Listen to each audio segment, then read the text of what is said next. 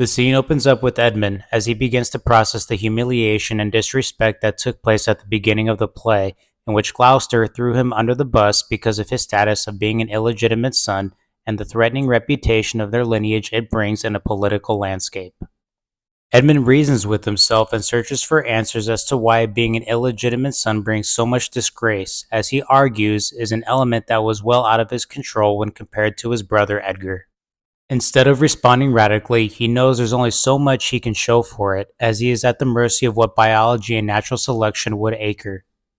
Despite carrying a respectable stature to leverage in this level of opposition, this specific dialogue of literary conflict in Man versus Himself would portray to the audience that he's emotionally intelligent and would create a plot for revenge against Gloucester for being overlooked and underestimated. Gloucester enters the scene and shares a similar form to what Burgundy and France experienced, which was a baffled aftertaste given how extreme the king reacted in the family feud, and feels that there could have been an underlying component that may have been compartmentalized that triggered the outburst. He then asks for Edmund's input, whom at the time was in the middle of writing his plot for revenge on a note.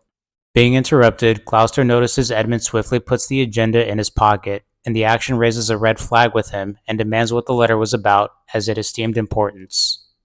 Edmund, however, pretends the note was new to him, so it would illustrate the same level of curiosity to Gloucester, and that it would incline a potential alibi. Gloucester gets hold of the letter after several attempts of probing, which in summary indicated the conspiracy that Gloucester intends to withhold inheritance from one of his sons, to which Edgar, whom is the one being framed, encourages his bastard brother Edmund to meet with him to plan an assault against Gloucester and provoke another outcome.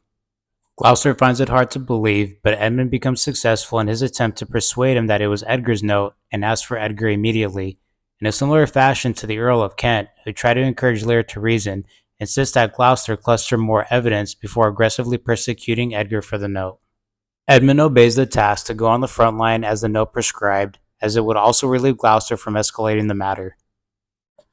As Edmund prepares to seek Edgar, Gloucester proclaims aloud that based on astrological timing, he is convinced that he has experienced just about every fruit and challenge that comes with relationships, and bargains that no matter how much effort you can put into something, the universe would have the upper hand and unfold its unique ways of foreshadowing the things to come. Like a leaf in the wind, relationships come and go, and sometimes turn sour, though we do not intend it to be so. He then adds that the pursuits of life that were once a desire for harmonized companionship has turned into power plays of selfish motives, and therefore have turned into a studied way of life we classify as truth.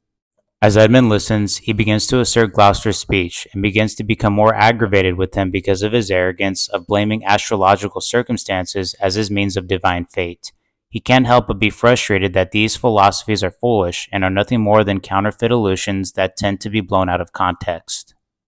Edmund sarcastically uses the example of his birth to disprove Gloucester's claim, in which his birthright origins of being one who is physically strong and sexually desired out of lust happen to be derived from two different key astrological constellations as indicated in the text, the Dragon's Tail, also known as Draco, and Ursa Major. According to Greek mythology, the Dragon's Tail represents a serpent whose reputation is to deceive, and Ursa Major, whose constellation is the aftermath of an affair with Castillo, which was orchestrated by Zeus. To prevent Castillo and their son, Arcas, from being hunted down by Hera, Zeus's wife, Zeus turned them into bears and threw them into the sky. Today, these constellations are known as the Big and Little Dipper. Summary taken from web.pa.msu.edu, Astronomy Facts and Constellation webpage. A reputation of being deceitful or hated and admired for being a descendant of Zeus happened to mirror a birth out of wedlock and therefore dispositioned an intangible birth defect that was observed in practice to be looked down on, as these were common rituals and works of the gods that the characters in the play would refer to as their truth according to their higher power. A more practical example would be those affected by leprosy, which was recorded in both the Old and New Testament. The Bible recorded leprosy as a physical condition that was the result of a sinful life that either the individual committed or a walk of life that a previous genealogical ascendant participated in.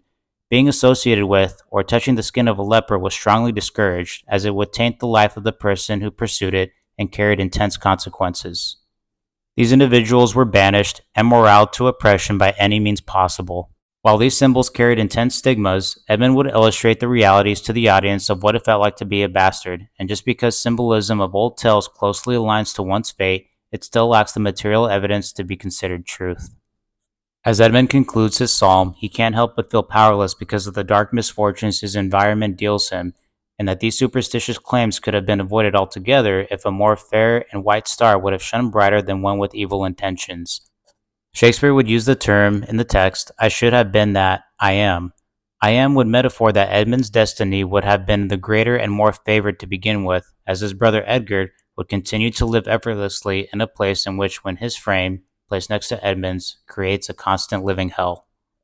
Edgar carelessly enters the scene with mockery and notices that Edmund is troubled. Edmund would now begin his plot to convince Edgar that Gloucester was in a heated state, and carefully begins to portray Gloucester as one to not be approached anytime soon, as the written letter nativities its announcement but does not yet fault Edgar. Edmund would also set the tone of his plot and intensify its calamity by telling Edgar to stay at Edmund's residence until things settle down. All the meanwhile, Edgar keeps a level head and does not allow the letter to premium his emotions, and therefore follows Edmund's instructions. As Edgar exits the scene, he expresses mild concern, and Edmund would encourage him to follow his instruction and finds that it would be appropriate that Edmund would take control of the matter head on, as his belittled platform may execute a climax from a double-edged sword, that being words from a bastard and the follow-through of his hidden agenda. Gonril returns home with Lear now as a new resident. Gonril, who begins to express emotional exhaustion from their feud, anticipates Lear would go on to rub the house the wrong way while she was absent, and asks Oswald if it was so, and Oswald confirms. Gonril shares her bottled emotions aloud with her steward, Oswald, indicating that Lear is starting to rob everyone of their peace, as a new challenge of hers would be to put a stop to it. She then mentors Oswald on how to approach the king in matters such as this, which is to relieve her steward from formal adherences and go about him casually, and while this attitude would potentially irritate him more, she would then inform him not to be intimidated by those with lower ranks who work for the king with this notion, since she currently established the upper hand in enforcing or waiving punishment when it comes to expressions of disobedience. Even if it were to escalate to that accord, she would promise her steward support and leverage Reagan into the conflict if needed, as both have similar agendas. We can assume in the text that Oswald is a trusted and loyal steward, and as Gonril adds, that a man of Lear's age is easily pacified with flattering gifts. Therefore, de-escalating any fury could be handled with little to no stress.